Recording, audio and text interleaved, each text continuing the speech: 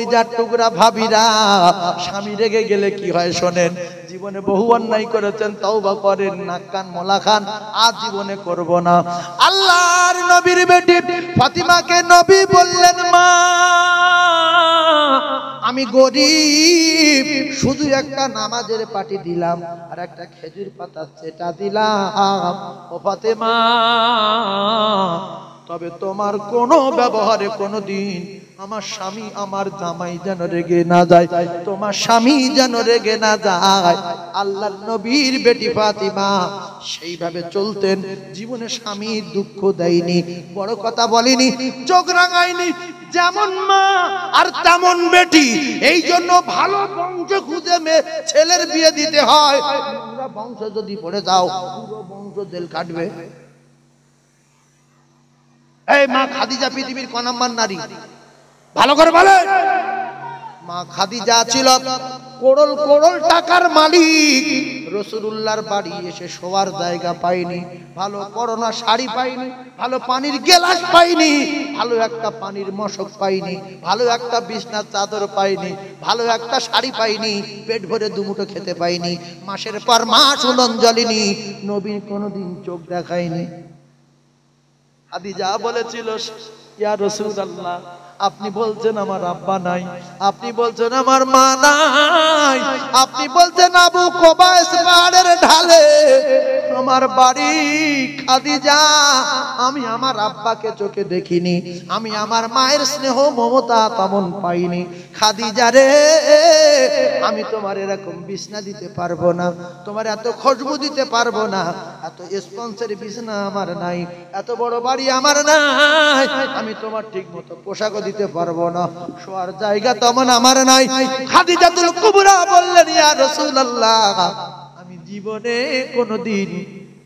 জীবনে কোনোদিন আপনার কাছে খাবারের কথা বলবো না, শাড়ির কথা বলবো না, পোশাকের কথা বলবো না, আপনার কষ্ট দেব না। যেমন মা তেমন বেটি, জান্নাতের রানী ফাতিমা। বিয়ে দিয়ে বুঝিয়ে দিলেন, স্বামী তোমার সব, স্বামী তোমার সব, স্বামী যেন রেগে না যায়, স্বামীর দোয়ায় তুমি আল্লাহ জান্নাতে যাবে, স্বামী যদি রেগে যায় তুমি দোজখে যাবে। এবার শোনেন, আমরা এখন বিয়ে দিচ্ছি কিরাম, মেয়ে বিয়ে দিলাম, মেয়ে আব্বার গলা জড়িয়ে ধরে কাছে, আব্বা তোর কাছে 26 বছর ছিলাম, তুমি চলে যাচ্ছি, কলজে ফেটে যাচ্ছে। বাপ বলছে, তুই তো আমার চিনিস, আমার বেয়ে যদি কোনো নিজের দিকে চোখ রাঙায়, শুধু ফোন করবি, যাবো, চোখ তুলে লো। ঘর সংসার হবে? ঘর সংসার হবে? এই বাপ মা পাওয়ার বাড়িয়ে দিয়ে মেয়েদের ক্ষতি করে। পরে কি হয় শোনেন, এরপরে মেজো ভাইয়ের ধরে কাঁদছে, ভাই 2500 বার তোর মোটরসাইকেল উঠে স্কুলে গিয়েছি ভাই, আর জীবনে হয়তো চড়া হবে না। ও ভাই, তুই আমার কত ভালোবাসিস ভাই। ভাই বলছে, তুই তো আমার চিনিস, এলাকার দাপট কত বলতে জানি। বলছে, আমার দুলো ভাই কোনোদিন তোর যে চোখ রাঙায়, তোর যে গায়ে হাত তোলে, সঙ্গে সঙ্গে ফোন করবি, যাবো, হাতটা কেটে নেবো। বিরাট পাওয়ার দিয়ে দিল, চলে গেল।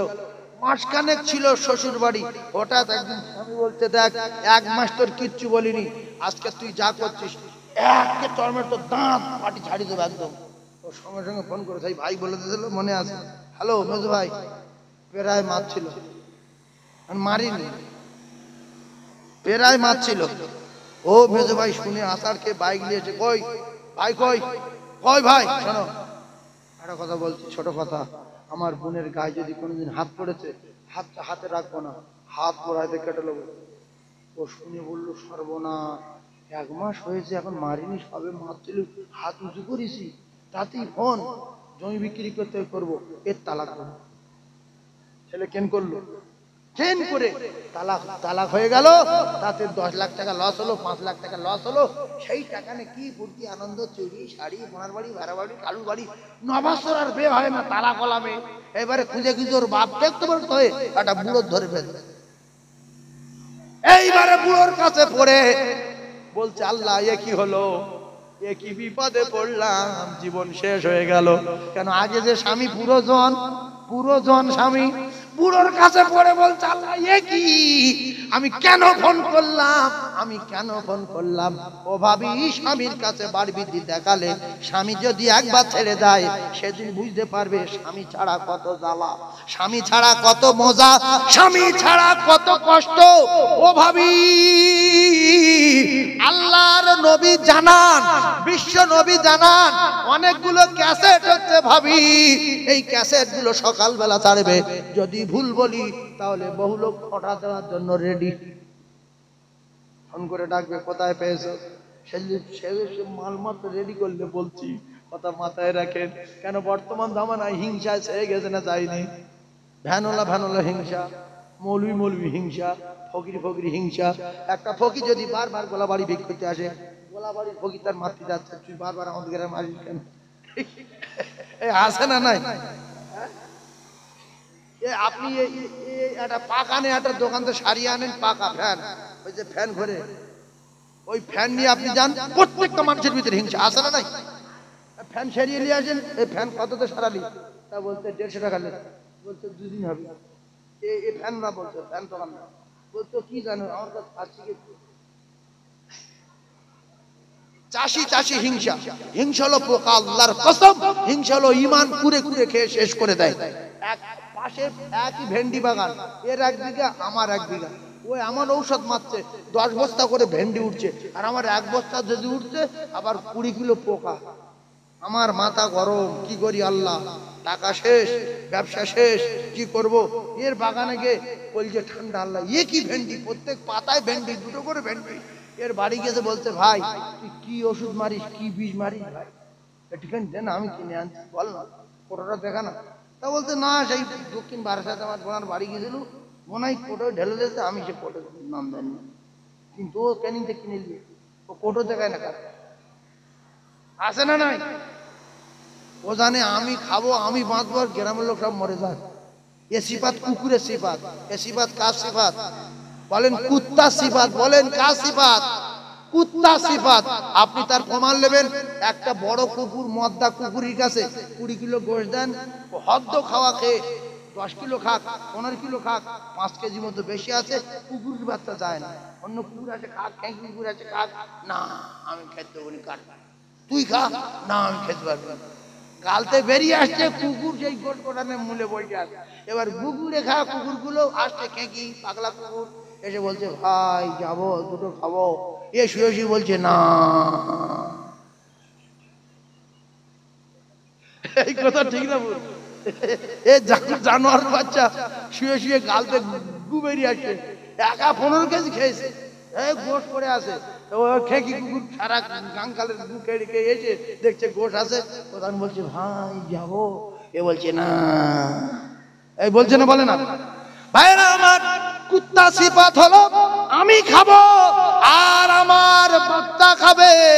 গ্রামের কুকুরগুলো কুকুরে খেয়ে মরে যাক, আমার দেখার দরকার নাই। না না না না না, ও কলিজার টুকরা ভাবিরা, একটুখানি বোঝার চেষ্টা করো। আল্লাহর নবী জানান, কোন স্বামী যদি তার স্ত্রীর বিছনায় ডাকে, কেতাবে এইভাবে লেখা আছে, রাসূলুল্লাহ বলেন, কোন স্বামী যদি তার স্ত্রীর বিছনায় ডাকে, ও ভাবিরা খালারা, আর অনেক ভাবি আছে অজুহাত দেখায়, এখন 15 মিনিট পরে যাচ্ছি, 20 মিনিট পরে যাচ্ছি, আধা ঘন্টা পরে যাচ্ছি।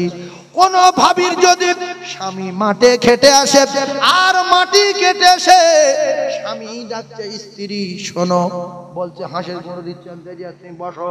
ও ভাবি, তোমার কাছে তোমার হাঁসের গুঁড়ো আগে না তোমার স্বামী আগে? রাসূলুল্লাহ বলেন, পৃথিবীর প্রত্যেকটা নারীর কাছে পৃথিবীর 1 নাম্বার মেহমান হলো তার স্বামী। জোরে বলুন সুবহানাল্লাহ। আমার আপনার বাড়ি যখন মেহমান আসে, কোথায় উঠোন ঝাড় দেই, কোথায় বারান্দা পরিষ্কার করি, কোথায় টেবিল পরিষ্কার করি, কোথায় আপনার কিনা বারান্দায় কোথায় ধুলো পড়ে আছে পরিষ্কার করি, কোন মাদুরে বসবে সেটা রেডি করি। পৃথিবীর 1 নাম্বার মেহমান তোমার স্বামী। এই জন্য মা খাদিজাতুল কুবরা রাদিয়াল্লাহু তাআলা আনহা, রাসূলুল্লাহ যতক্ষণ না বাড়ি আসতেন, মা খাদিজা শুয়ে ঘুমাতেন না, মা খাদিজা খানা খেতেন না। ও ভাবি গো, স্বামী স্বামীর সঙ্গে খাবো বলে যদি তুমি অপেক্ষা করো বসে থাকো যতক্ষণ জিকির করা সওয়াব তোমার নামায় আমলে লেখা হবে, বেকার বসে থাকবে না। খাদিজার মতো স্বামীর সঙ্গে খাবো বলে বসে থাকবে, কিতাবে লেখা ওই নারীর নামায় আমলে যতক্ষণ বসে থাকবে জিকির করা সওয়াব তার নামায় আমলে লেখা হবে। তাহলে স্বামী স্ত্রী মহব্বত বাড়বে না কমবে? জানলা আমার কপালে এমন একটা বউ দিল, পাগলি হোক আর কালো হোক, আমি যতক্ষণ না খানা খাই সে খায় না। এর কাছে অন্য ভাই গল্প শুনে সে বলছে আমি একটা জালিয়াত নারী ধরেছি, সে সবসময় খেয়ে নেয়, আমার ভাতও বেড়ে দেয় না, বলে বেড়ে খাও। তোর বউ এইরকম বলে আর বলিনি, কোনোদিন আমার ছাড়া সে খায় না। আজকের পরীক্ষা করবি, আমি রাত 12টার সময় যাব, দেখবো বসে আছে, ও সময় ঘুমোবে না, আমি যতক্ষণ না যাব ও ঘুমোবে না। তো এই নিয়ম যদি আপনি চালু করেন, আপনার স্বামী কোনোদিন বিহাতি হবে না, বাইরে রাত কাটাবে না। কিছু কিছু নারী মুখ্যু স্বামী একদিন হঠাৎ রাত 12টার সময় এসে কোনো এক কাজ থেকে হ্রাস করছে, যেখানে গিয়েছিলে সেখানে যাও, উল্টো পাল্টা করুনি, রাত্রিবেলা সবে ঘুমিয়েছে, আমি কেন তুমি আর বাড়ি থাকবে? ও বাবা, এ তো ষাঁড় রে। পুরুষ মানুষ রেগে গেল, রেগে গিয়ে চা করে সাইকেল বার করলো, সোজা ক্যানিং গেছে, একটা ঘর ভাড়া করেছে। বলছে ভাই ঘর কত? বলছে 500। আরো ওই ঘর? বলছে 1500। বলছে আরো যদি অন্য কিছু ভালো ঘর তাও 2000। বলছে 2000 টাকার ঘর দে। 2000 টাকার ঘর নিল, সারা রাত ফ্রি মাইন্ডে কাটালো, বেশ আনন্দ। আবার ফের বাড়ি আসলো, ফের বলছে কি গো জ্বালাচ্ছরে ফের এসো? হ্যাঁ, কোথায় গেছিলে? সেখানে দাও। ফের চলে গেল। এই করতে করতে একটা মেয়ের সঙ্গে ভাব খাতির হলো, তার বিয়ে করলো। আর পরে ভাই বলছে আল্লাহ কি হলো রে, আমার স্বামী বিয়ে করলো রে, তুমি তেড়ে দাও না রে, বিয়ে করবে না। এই নিজের ফাঁদে নিজে পড়ে না, পড়ে না? জোরে বলে। তাহলে স্বামীর জন্য তুমি যদি বসে থাকো জিকির করার সওয়াব পাবে। আর স্বামী যদি রাতের বেলা বলে সখিনা তুমি একটু সাজো না, নবী বলছে সাজো সাজো, মাথায় শ্যাম্পু করে চুল চড়াও, স্বামীর দেখাও। স্বামী যদি বলে তুমি জামা কাপড় ছোট ছোট গায়ে দাও, আল্লাহর কসম ভাবি গায়ে দাও, স্বামী যদি খুশি হয় আল্লাহ খুশি হয়ে যাবে। স্বামী যদি দোয়া চায় স্ত্রীর জন্য দোয়াটা দরবার ইলাহিতে কবুল হয়ে যাবে। কিছু নারী আছে স্বামী যখন জাগলো দুপুরবেলা বাজার থেকে এসে, ব্যবসা থেকে এসে, মাঠে থেকে এসে, কেউ বলতে গুঁড়ো দিচ্ছি দেখতে পাও না, কি হয়েছে? ও ভাবি তোমার কাছে গুঁড়ো বড় না তোমার স্বামী বড়। ও ভাবি তোমার কাছে হাঁস মুরগি বড় না স্বামী বড়। ও ভাবি গো তুমি যদি নফল নামাজ পড়ো কিতাবে লেখা, তুমি নফল নামাজ ছেড়ে দাও, স্বামী যদি ডাকে স্বামীর ডাকে সাড়া দাও মুখ্য নারী।